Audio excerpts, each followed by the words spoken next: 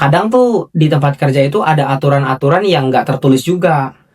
Misalkan aturan yang dibuat oleh sesama rekan kerja. Misalkan nanti kalau habis ngerjain ini, kamu langsung ngerjain ini. Biasanya kita ini di sini kalau misalkan naruh barang tuh habis kerja langsung ditaruh barangnya ya gitu. Kadang nggak tertulis tuh aturan-aturan seperti itu, tapi kita harus ngikutin aja.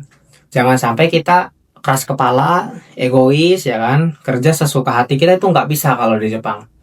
Itu pasti kita dimusuhin sama rekan-rekan kerja sana di sana.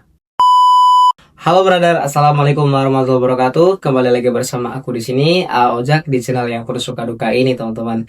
Jadi di video kali ini aku mau sedikit menjawab salah satu pertanyaan dari teman kita ini tentang seputar kerja di Jepang ya. Jadi mungkin pertanyaan ini juga akan sama kalian pertanyakan untuk khususnya teman-teman yang mau kerja di Jepang juga. Jadi pertanyaannya seperti ini.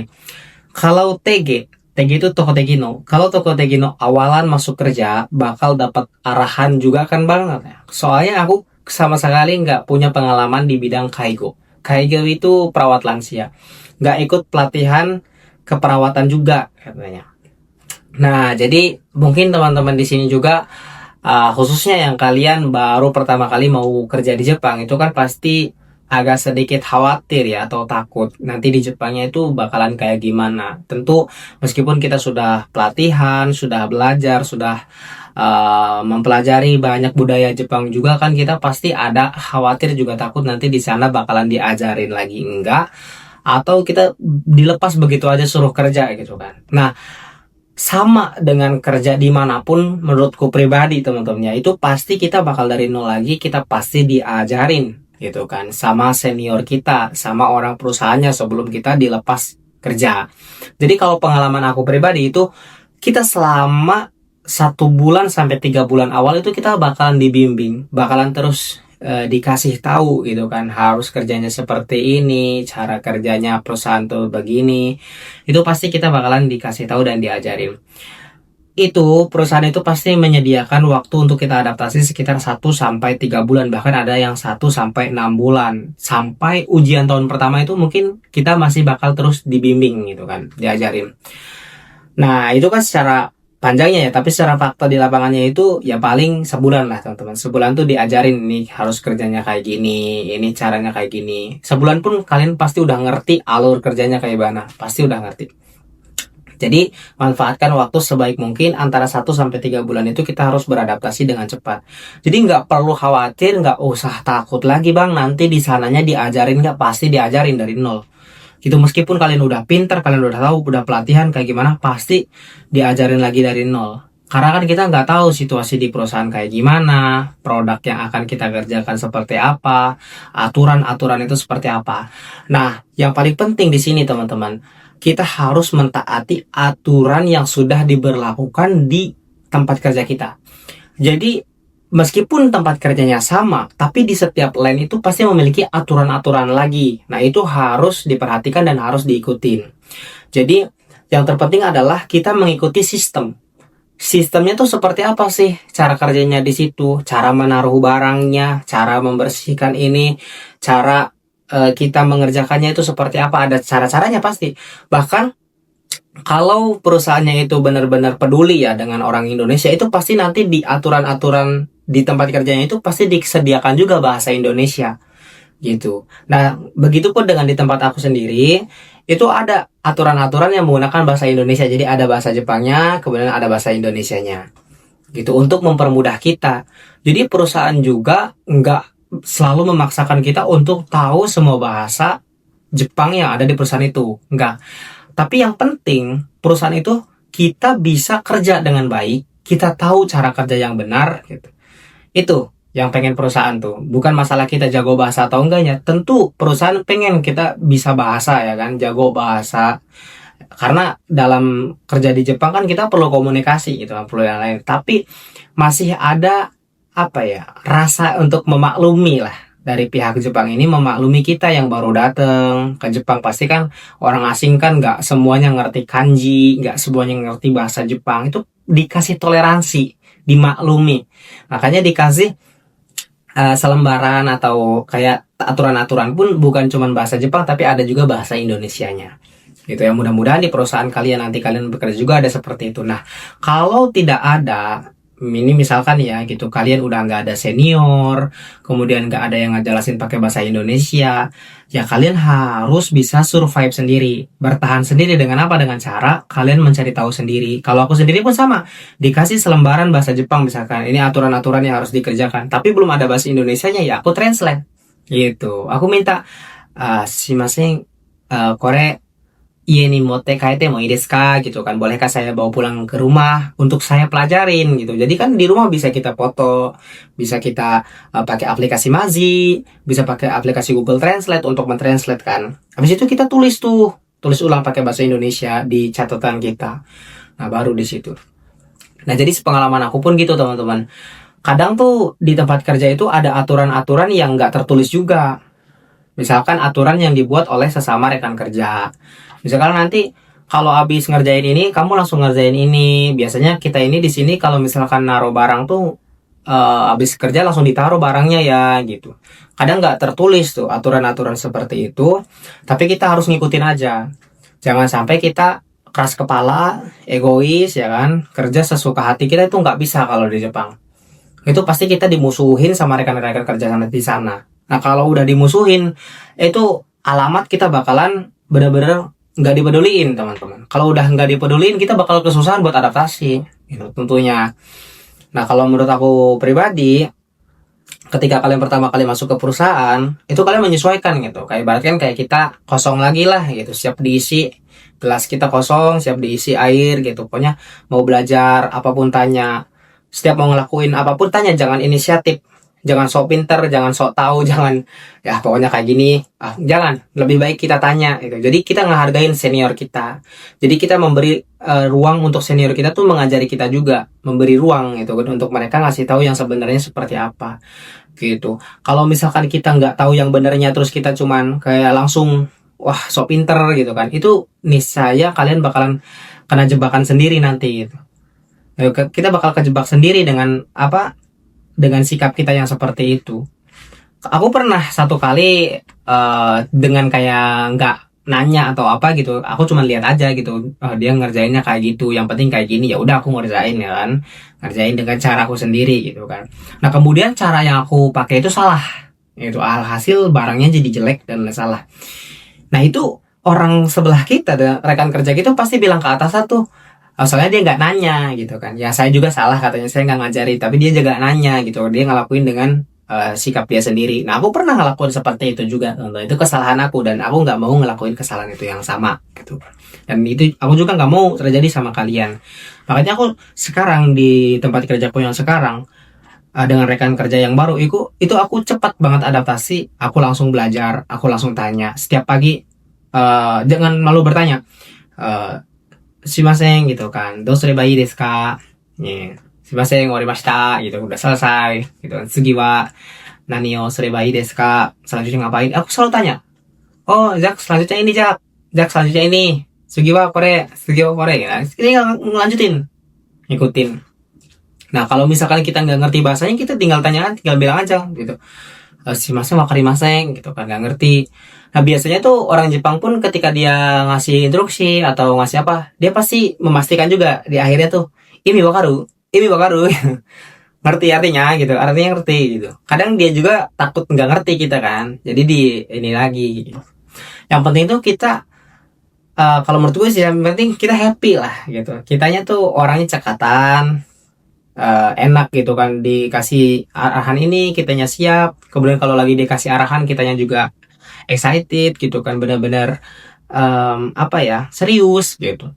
Itu sih menurutku, jangan selengean lah istilah. Karena kalau misalkan kita awal-awal udah selengean, nggak bisa dengerin orang, kadang orang lagi ngomong kamu kayak gimana, itu orang jadi nggak enak gitu buat ngajarin kita, buat iniin kita tuh. Jadi untuk kawan-kawanku, sahabat-sahabatku semuanya nih, yang kalian mau nanti kerja di luar negeri, mau dikerja dimanapun, pasti tenang aja, pasti diajarin dari nol.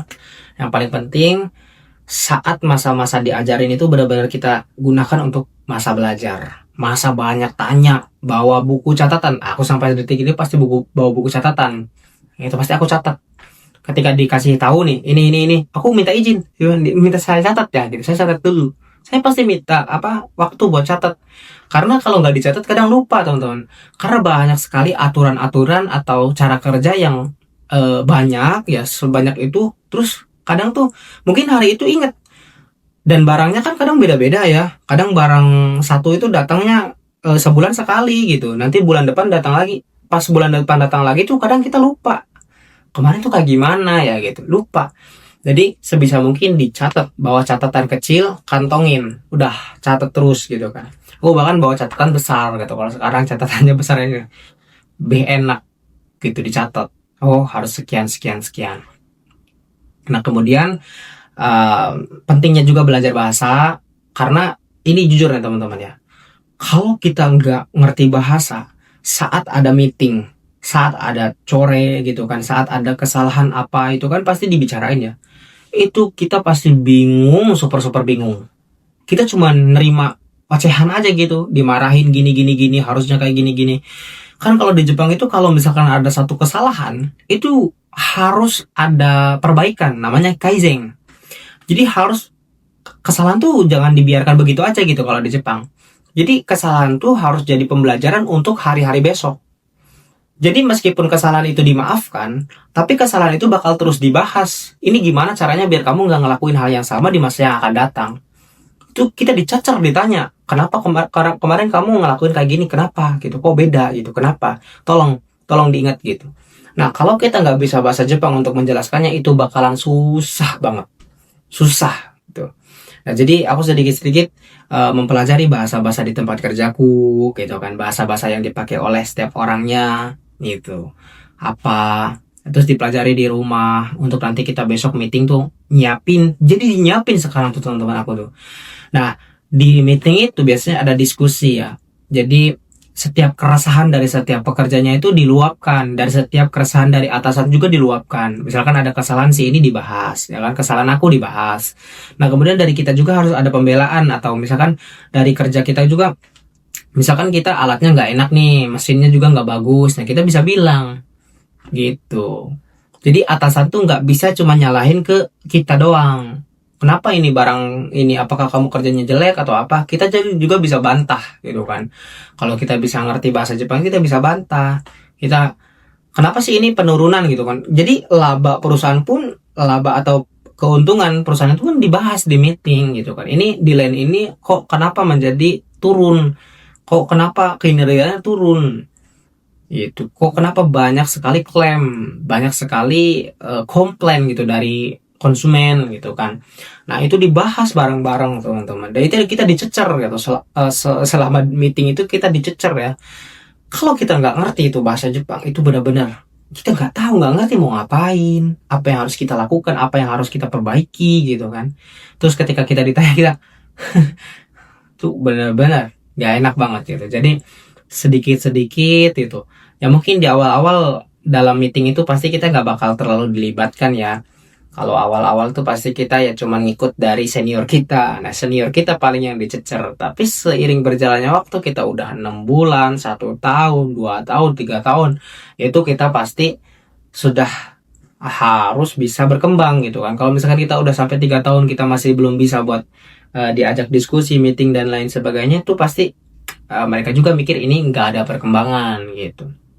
Aku pun di awal-awal nih, 1 tahun awal bahasa Jepangku masih jauh, benar-benar acak adut teman-teman. Ya cuman ngerti di kerjaan aja ya, aku disuruh ini kerja gitu kan, tapi nggak pernah bisa ngebantah atau nggak pernah bisa komplain juga ke atasan. Jadi kalau disalahin ya cuman iya aja, ngangguk gitu kan. Kalau sekarang aku pasti bisa ngajuin ngeluh gitu kan, karena atasan juga memberi ruang untuk kita ngeluh katanya. Kalau misalkan ada yang nggak enak dari mesinnya atau apa, kamu bilang gitu kan. Ada yang kurang gitu kan, atau apa, butuh apa, bilang. Misalkan ada rekan kerja yang kerjanya misalkan kurang, kerja sama timnya kurang gitu kan, kamu bisa bilang gitu, jangan diam aja gitu.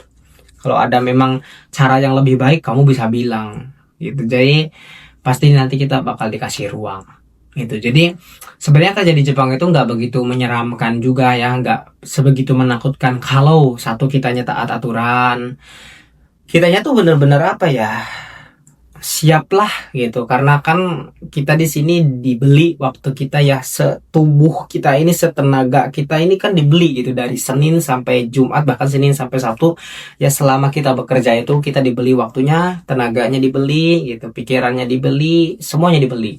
Jadi kita harus menyerahkan diri kita ya ke perusahaan ya, jadi budak istilahnya gitu kan.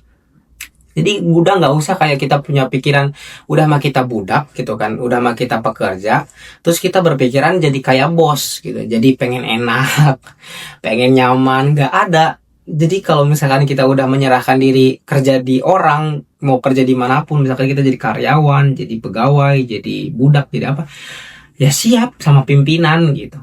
Mau disuruh kerjaannya berat, yang lu mengeluh kan kadang, anjir gitu kan, ini kayak gini banget gitu, tapi ya udah kita jalanin mau nggak mau gitu. Kayak aku sendiri ya gitu, mau nggak mau dibayar seberapa pun ya kita nggak bisa nolak, nggak bisa minta lebih, kita nggak gimana, karena kita yang memilih gitu. Aku udah gitu, sekarang ya dibayar segini. Mungkin ada orang lain yang dikerja di tempat lain lebih besar, ya itu kan rezeki orang gitu. Ini kan pilihan kita sendiri kerja di sini. Nah, kita udah memilih untuk menyerahkan diri kita ke pimpinan perusahaan gitu kan. Jadi ya kita harus siap lahir batin gitu teman-teman. Mau dimarahin, mau ditekan, mau kerjaannya berat, mau seperti apa, ya selagi kita masih memilih dan mau bertahan ya bertahan lah gitu kan di tempat itu. Ya seperti aku sama lah, 3 tahun aku ditekan, dicecer, kerjaan berat, gaji juga nggak begitu besar gitu kan dibanding perusahaan lain di tempat lain. Tapi karena aku itu pilihanku dan itu menjadi ya sudahlah gitu, itu menjadi hidupku, aku pengennya seperti itu ya nggak apa-apa gitu. Jadi mau ngeluh mau kayak gimana pun ya karena pilihan sendiri ya aku jalanin gitu. Nah begitu kalian ya. Nah kerja di Jepang itu nggak seindah yang dibayangkan, juga nggak semenyeramkan yang kita bayangkan. Tergantung bagaimana cara kita menghadapi dan menyikapi setiap pekerjaannya gitu yang kita jalani gitu, kehidupan yang kita jalani nanti. Jadi kalau aku sih prinsipnya ya selalu bersyukur gitu kan, selalu bersyukur dengan apa yang ada, dan selalu mau berkembang, mau belajar dari setiap tahun ke tahunnya. Jadi aku selalu menganggap bahwa di mana lagi kita bisa mendapat uang untuk kita hidup, kita bisa juga mendapatkan pelajaran dan pengalaman di tempat kerja gitu kan. Jadi aku sudah bersyukur ada perusahaan yang mau menerima aku aja, aku udah sangat-sangat bersyukur. Dengan lulusan SMK seperti aku, bukan seorang sarjana, aku bisa tinggal di negara ini, bisa mempelajari bahasa dan budayanya, itu sudah menjadi modal yang cukup gitu kan bagi aku pribadi, seseorang yang tidak datang dari keluarga yang berada gitu. Jadi itu sudah sangat luar biasa untuk modal awal bisa melangkah ke tahun-tahun berikutnya. Jadi jangan cuma punya pikiran tiba-tiba kita pengen langsung berhasil dengan kerja di Jepang ini, enggak gitu. Tapi jadikanlah kerja di Jepang itu sebagai pijakan awal lah, modal awal untuk kita bisa membenahi nih kehidupan kita ke masa yang akan datang gitu. Jadi untuk kalian juga yang kalian punya mimpi, punya keinginan untuk kerja di Jepang, itu juga udah punya modal awal gitu kan, kalian mau merubah kehidupan. Nggak harus ngebandingin diri kita dengan semua orang gitu, karena semua orang kan beda-beda juga, startnya beda, babnya juga beda. Jangan bandingkan bab 1 di hidup kita dengan bab 20 orang lain. Mungkin orang lain udah melewati bab-babnya gitu kan, udah melewati penderitaan-penderitaannya, perjuangan-perjuangannya, sedangkan kita baru mulai gitu. Jadi ya kita harus bisa menjalani dan menikmati di setiap bab dalam hidup. Oke? Ya itu agak sedikit melebar dari pembahasan kita di awal, biar agak menarik dan juga menambah semangat untuk teman-teman semua ya. Jadi jangan takut, jangan khawatir, karena di setiap ketakutan itu pasti ada keberanian. Kenapa di setiap ketakutan ada keberanian? Karena guys, kadang itu kita tuh ngelihat contoh dalam kegelapan, itu kan kita dalam kegelapan gitu kan, kita takut gitu, padahal di dalam itu belum tentu ada apa-apa. Kalau misalkan kita mati lampu kan kadang kita ketakutan. Kalau misalkan kita masuk ke dalam hutan karena kita ketakutan itu cuma karena bayang-bayang kita sendiri aja gitu. Karena bayangan kita, aduh nanti di sana gimana gitu. Nah, kita bisa bagaimana caranya menghadapi ketakutan itu dengan keberanian, ya tadi dengan lilin kecil ini. Barangkali kalian dengan menonton video ini, itu kalian udah mendapatkan satu lilin kecil nih dari omongan-omongan yang aku bilang gitu, bahwa di Jepang tuh nggak begitu menyeramkan. Nah, jadi kalian mempercayai itu, dan kemudian kalian membawa lilin itu gitu datang ke Jepang. Jadi anggaplah video ini itu sebagai lilin yang bisa menerangi jalan kamu dari ketakutan-ketakutan yang tadi. Takut nanti di Jepangnya kayak gimana, gak usah takut. Aku buktinya 3 tahun di sini masih sehat, masih ya begini, masih bisa bekerja dan berjuang dan bisa buat video ini. Jadi gak usah takut. Hari-hari berat itu pasti ada, hari-hari sulit itu pasti ada. Tapi yang pasti kita terus aja jalan. Terus aja jalan sampai badainya itu hilang, sampai datangnya badainya itu datang lagi juga, kita harus terus jalan. Jangan berhenti, jangan mundur, jangan takut gitu kan. Aku berani karena apa? Karena memiliki alasan yang kuat. Kalian juga harus memiliki alasan yang kuat. Alasan yang kuat itu datang dari penderitaan yang sangat hebat di masa lalu. Penderitaan yang hebat yang kalian dan keluarga kalian alami. Jangan sampai penderitaan itu balik lagi. Jadi jadikan alasan itu sebagai lilin keberanian kalian menuju Jepang. Semangat semuanya. Assalamualaikum warahmatullahi wabarakatuh.